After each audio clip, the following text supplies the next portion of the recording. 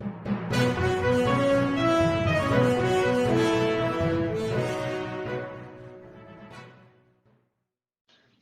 મિત્રો, પ્રખ્યાત ગુજરાત ન્યૂઝમાં હું મીનાક્ષી મહેશ્વરી આપનું હાર્દિક સ્વાગત કરું છું. દહીસરા કેસમાં મુસ્લિમ સમાજની મોટી જીત, પોલીસે નમવું પડ્યું.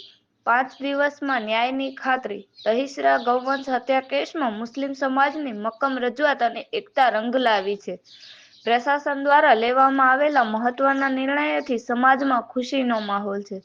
પોલીસ દ્વારા અપાયેલી મહત્વની બાંહેધરીઓ. દોષિત પોલીસ કર્મી પર ગાજ પડશે.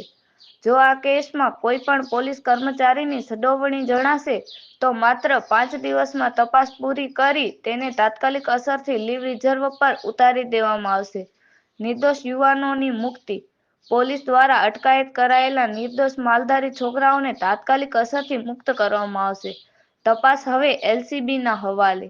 કેસની ગંભીરતાને જોતા હવે આ તપાસ એલસીબી લોકલ ક્રાઇમ બ્રાન્ચને સોંપવામાં આવી છે, જેથી દૂધનું દૂધ અને પાણીનું પાણી થઈ શકે. મુસ્લિમ સમાજની ન્યાયી રજૂઆતના અંતે ઉચ્ચ પોલીસ અધિકારીઓએ લેખિત અને મૌખિક ખાતરી આપતા આખરે જમીયતી સત્યનો વિજય થયો છે.